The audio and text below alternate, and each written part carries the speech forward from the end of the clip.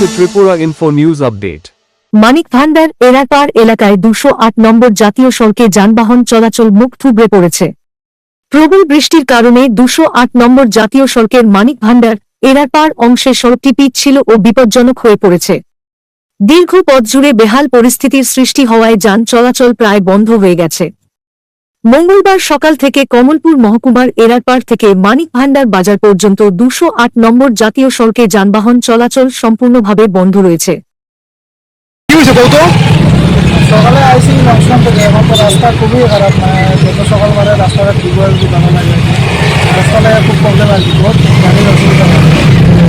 তোমরা কোন জায়গা থেকে আইছো? এইটা সকালে কোন সময় আটকাইছে গাড়িটা তোমার? 8টা, সকাল 8টা। এখন তো রাস্তা পুরো জাম হয়ে গেছে গা। পুরো সকাল থেকে অল্প খুলছে, আরেকটা গাড়ি পেছনে আসলে বুঝছে।